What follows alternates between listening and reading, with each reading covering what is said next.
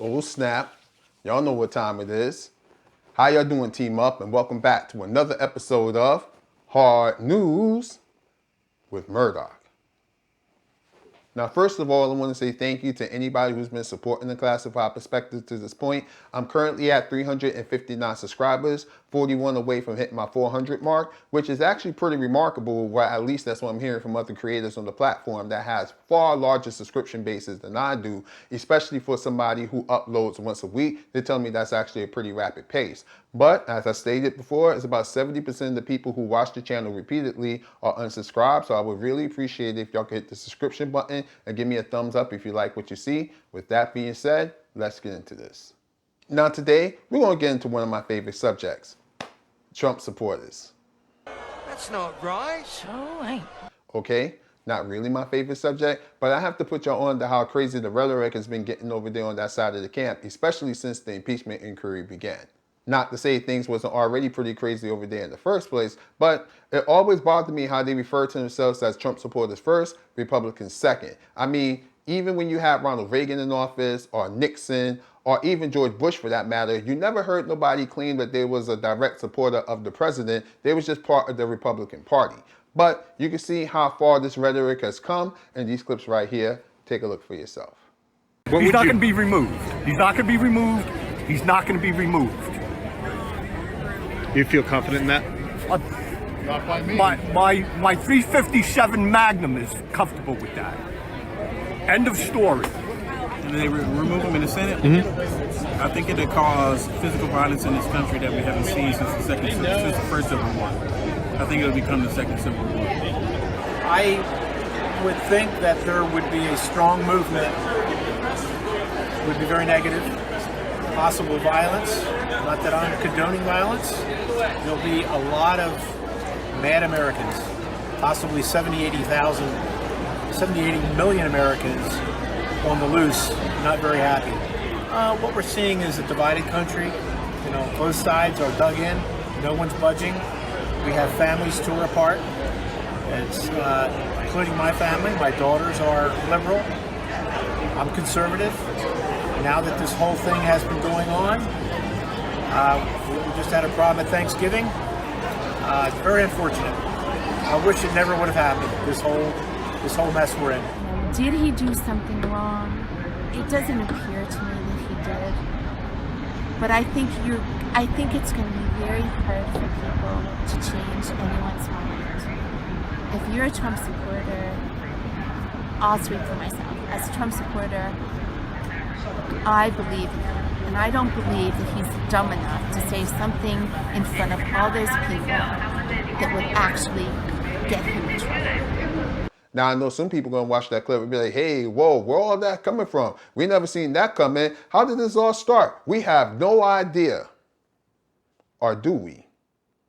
And if you send a truant officer to remove my child, I have two choices at that point, right?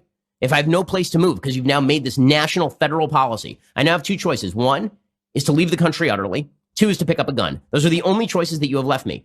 But we are at a breaking point in terms of an emotional civil war with violence that will spill into our streets. It's happening now. Our leaders must take responsibility for this.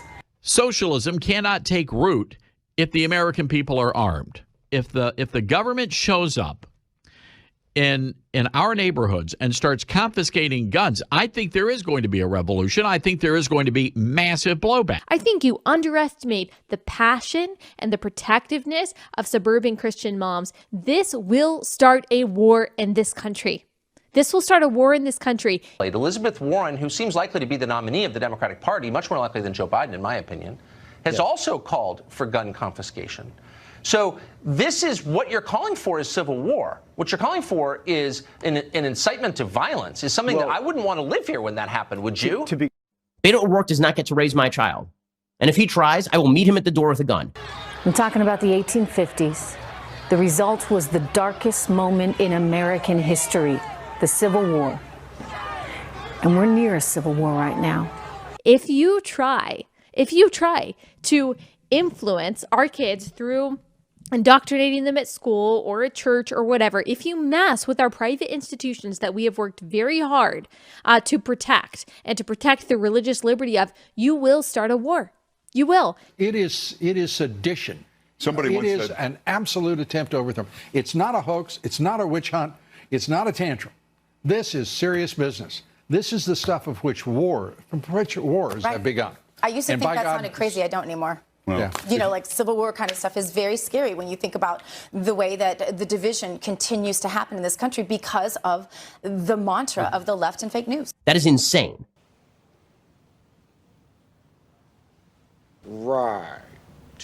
Now, this is the end result of what happens when you let people with ill intent and grifters come along and hijack an entire movement and allow them to spread lies and rhetoric unchallenged. And I'm not talking about challenge from the outside. I'm talking about being challenged from within the party, because now you have these people that seize control, and y'all gonna have a tough time trying to get the conservative movement back to what it was really truly about. And if you are part of the Republican Party and you're nervous about the direction that it's going and you're afraid to speak your mind, don't be, because you have people like Chris Wallace that will back you up. Check out what he had to say about Trump. This is something that I think all of us in the news business need to think about, need to take very seriously. I believe that President Trump is engaged in the most direct, sustained assault on freedom of the press in our history. And I will get to that in a moment. He has done everything he can to undercut the media, to try to delegitimize us. And I think his purpose is clear: to raise doubts when we report critically about him and his administration that we can be trusted. Back in 2017, he tweeted something that said far more about him than it did about us. Quote, "The fake news media is not my enemy. It is the enemy of the American people." After that statement, retired Admiral Bill McRaven, a Navy SEAL for 37 years, the man in charge of the missions that captured Saddam Hussein and that took down Osama bin Laden, Bill McRaven said this, quote, "This sentiment may be the greatest threat to democracy in my lifetime." And with that being said, that's all I have. Like and subscribe if you like what you see. Remember, the revolution is unclassified. Later.